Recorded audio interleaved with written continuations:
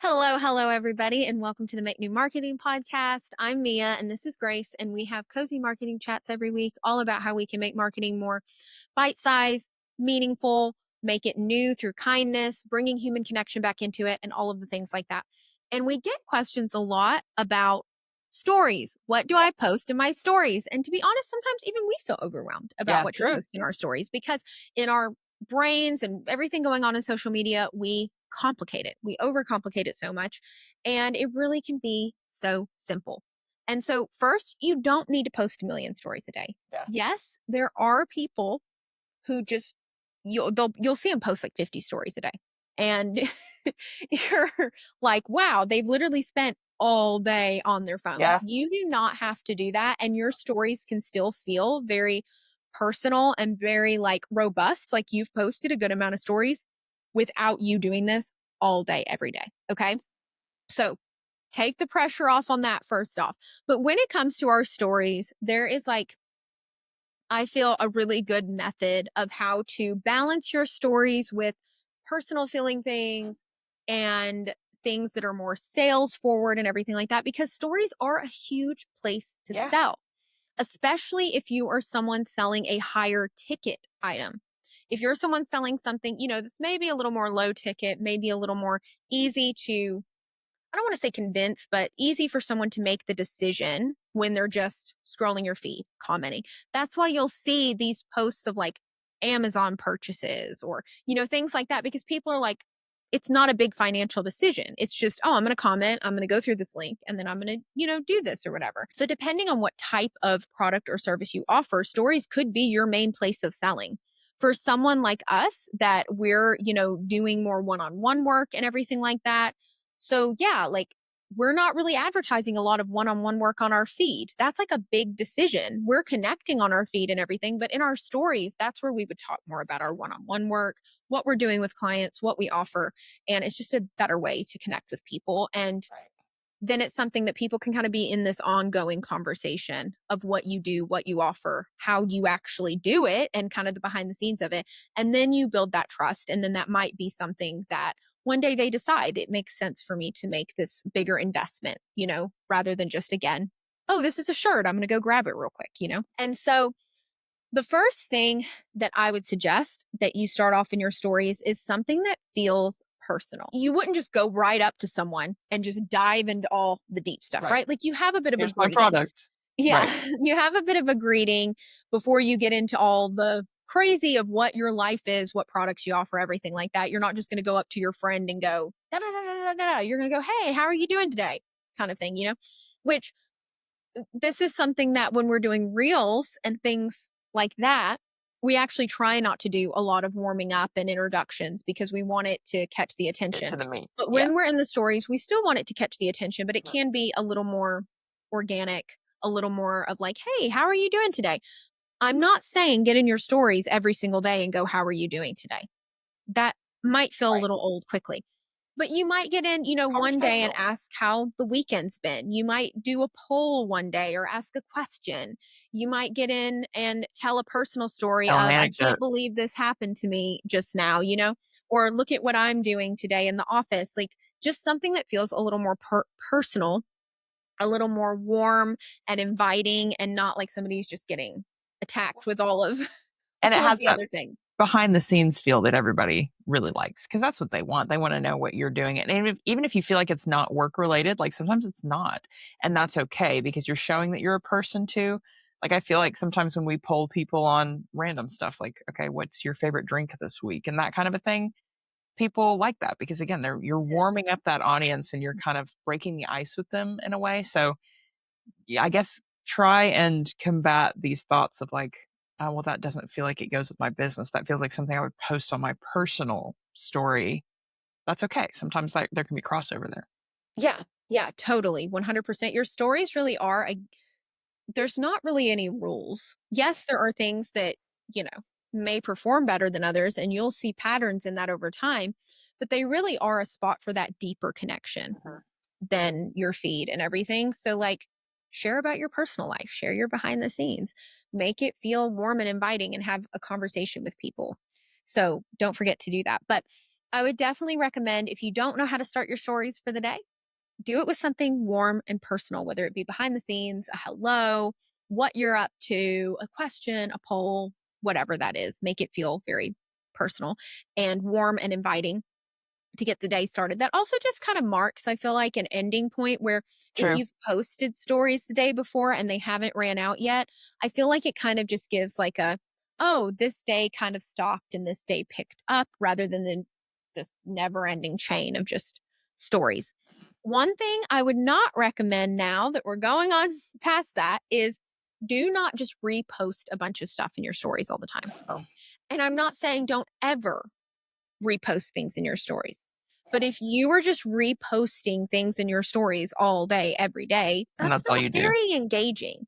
So if you're someone who's a like serial reposter and you love to repost things in your stories, maybe limit it to one or two a day at the That's most. good. Maybe even, if you can, maybe just a couple a week. And then be intentional about it. When it is something that you've taken the time to repost, let it be something meaningful because that's what ends up being lost is if you're just reposting thing after thing after thing after thing, it doesn't feel quite as meaningful. It's just like, oh, there's just a bunch of reposts on here. But if you're reposting a couple things, then it's like, oh, they've reposted something. This means something that they've taken the time to repost this. And it can help people get to know you more and it can be great. Now, this is, of course, for your business. On your Mhm. personal, repost whatever you want. You're not really trying to do a strategy on there. But if you are someone who is using your account for the purposes of a business in any way, shape, or form, I would highly recommend don't be doing a lot of reposts and try to not make your story series so just like forever long because people will like be intentional about what you're putting in Right. there. Well, and just a reminder that your social media is primarily for being social. That's right. There is a place for selling in your stories, but not every single slide needs to have a link or a call to action or whatever. You're not trying to bombard them every single click with something else, right? And odds are they're spending milliseconds on each story anyway. Probably. Think about how many you click through in a day. Like as business owners, when we post something, we hope it will be given this like time and attention that we think it deserves. But odds are your stories are a fleeting part of their day. You want to kind of hook them with a little bit of personality. Again, like a behind the scenes clip or something that makes them actually want to stop and be like, oh, wait, who is this? Or like, oh, wait, I had that flavor of poppy the other day or whatever. But yeah, you don't want to just, I don't know, thrust all your sales in their face and make it 100 stories long. That's not good for you or for them And you can drive sales in a way too that isn't always there's ways you can point towards what you Yes. do, driving things organically. without going, here's the thing, Yeah, and so there's exactly. ways you can do that as well. Whenever we're talking about reposting too, one thing I was going to say is don't be afraid though to repost when people tag you. Like, don't, yes, again, if you're just reposting things people have tagged you in all the Mhm. time and it's just a constant, never ending series of reposts from people, that can get a little boring, but it is helpful, especially if you are a product-based business, to see your product being used by Definitely. other people and in action. So don't shy away necessarily from reposting when customers and stuff have tagged you. But again, just be intentional. And when I'm talking about reposting, we're talking about like you saw a quote you love. And then before you know it, there's six funny videos, five quotes reposted in your stories all at once. That's not very engaging. Mhm. So anyways, I just wanted to clarify that. Like don't be That's a afraid to great point. reshare when like people are tagging you because that's a big deal. UGC makes the Yes, world we go love round. UGC. Yeah. And so don't shy away from that. But the next thing we're going to do is whenever warmed up and you've said hello, some organic stuff, then we can place some maybe like more sales forward stuff. That can be maybe like a couple posts that have some links in them or an invite to something, some news of what's going on. Like keep people in the loop on what's going on in your brand that week, especially if you're someone who has events or Mhm. A launches or, countdown. something. Yeah. Yeah, like countdowns, things like that that you can use and tell them how they can stay in the loop, give them sneak peeks, like whatever that is. But this is like the spot where you can do that stuff, or you can be maybe like a little more product forward. I really try product wise when we're doing clients' things to not do a story with a link on it more than like 2 stories for the day. Sometimes it has to call for more, maybe because there's maybe a product and then we're inviting them to something, whatever that is. But I try to limit it to like maybe about 2 links a day at the most. We also utilize ManyChat in our stories. So then you set up an automation where they can reply Yeah, to the that's nice. story, and when they reply, it sends them the link. That can be a little more engaging sometimes and not feel quite so link, link, link, And then in the end, share more behind the scenes. Like, so you kind of have your more structured beginning, something that's intentional with how you're connecting with them, very warm, something that's getting the information out, maybe a little more sales forward. And, this is maybe 1 to 2 stories for each of these, and then you have something that's just, oh, I had fun with this today and I wanted to share. Then that's the stuff that's just like the behind the scenes or the fun stuff that you may just want to, have in there that's just extra that you would like to share.